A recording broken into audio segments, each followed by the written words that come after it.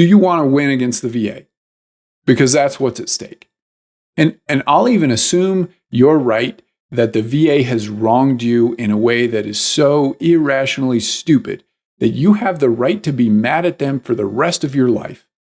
But even in that case, if you want to win against the VA, if you want to make the VA admit they were wrong with your disability claim, especially, you can't let that anger call the shots.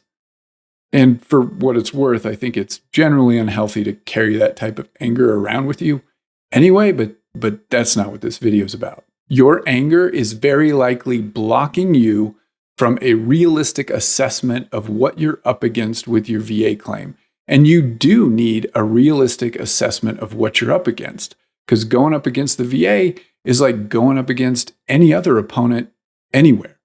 I think back to my time as an infantry officer, and when you're planning an operation, you want a realistic assessment of the enemy, the weather, the terrain, your people, everything. You don't want it overinflated or underinflated. You want to know as close to reality as you can, because that will allow you to make the best decisions you can for your specific situation. And I don't think of the VA as an enemy by any stretch, but they are an opponent when you're fighting your disability claim. And you want an accurate assessment of your opponent so that you can make the best decisions for your claim that you possibly can. One of my favorite comments recently on the YouTube channel was when somebody said that the VA is plotting behind veterans' backs.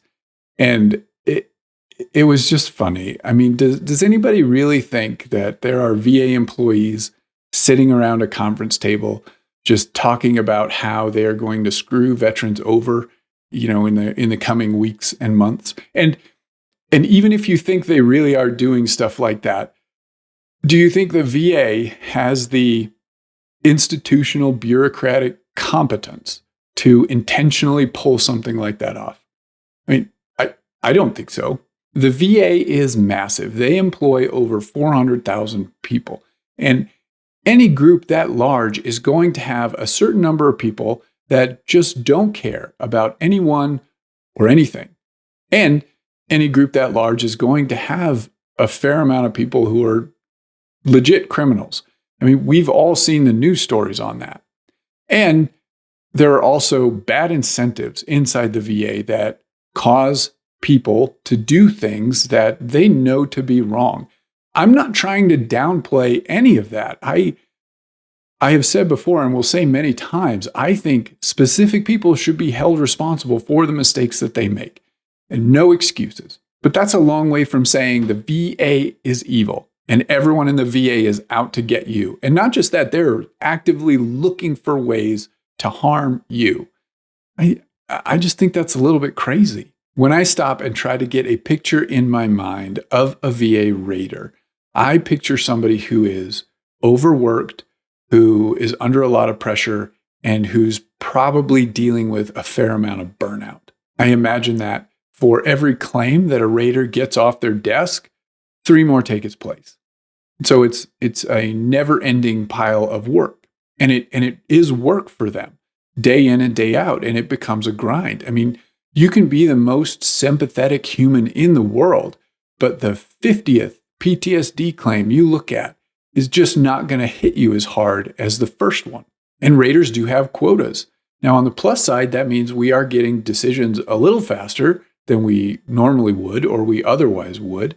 But that also means that a raider has much less discretion to spend more time with a specific claim if they need to.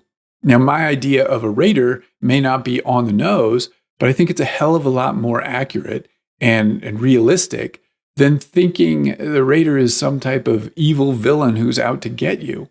I think this matters because the attitude you bring to your claim is going to have effects on how people react to your claim, react to you, and eventually make decisions. If you think the VA is out to screw you, it's going to show up in your lay statements and any sort of written argument you submit in a higher level review conference when you're talking to somebody.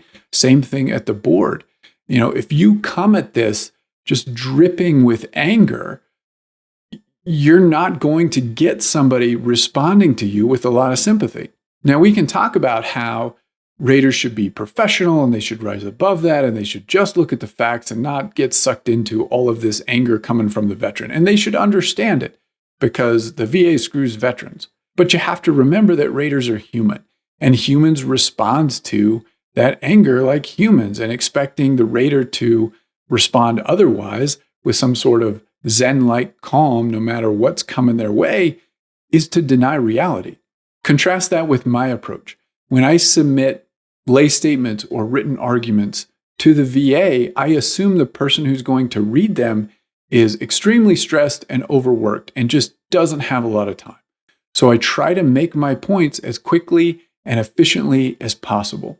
And when I talk about mistakes the VA made, I don't layer on a lot of emotion. And the VA is so stupid for doing this. You don't need it, and it doesn't help. Instead of things like that, I'll say, the law says the VA is supposed to do this. The VA did this other thing. Therefore, the VA broke the law, and you got to fix it. And when it comes to proof, I will point to specific places in the C file that support the points I'm trying to make.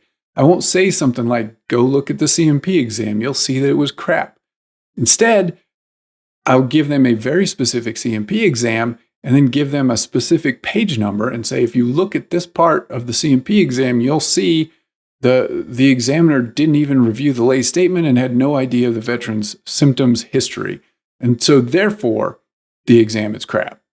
I won't say the exam is crap, but you get the point. Take the emotion out, focus on the facts, and you're going to get better results. My strategy is better even if you don't agree with me, right? I'm not trying to take your anger from you. If you want to hold on to it forever, then by all means do it. But when you're actually working on your claim, you want a more realistic assessment of the VA. Try to imagine who's making the decision in your claim. Put yourself in their shoes and ask yourself, what information does that person need to do what I want them to do? And then give them that information in a way that is as short and efficient and clear as possible. Now, I'm not trying to say that this will work 100% of the time. Of course it won't. You're still going to get mistakes.